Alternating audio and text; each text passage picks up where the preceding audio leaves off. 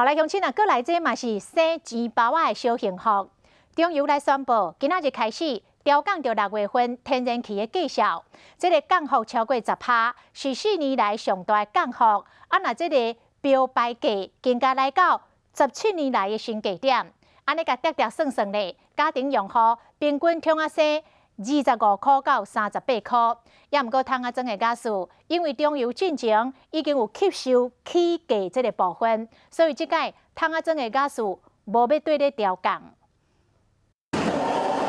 便开假数就爱开钱，开门做生意的小食店听到讲假数要落价，难得面出现笑容，蛮开心的，小确幸大概可以省多少钱？差不多有快1000块有。疫情期间生意难免受到影响，用天然假数做生意的头家总算是6月份会使省淡薄仔钱啊，不过用汤装假数的都无落价。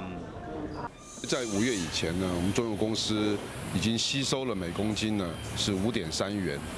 那么因此呢，在6月份的瓦斯价格呢，公司决定呢是回补我们之前的吸收。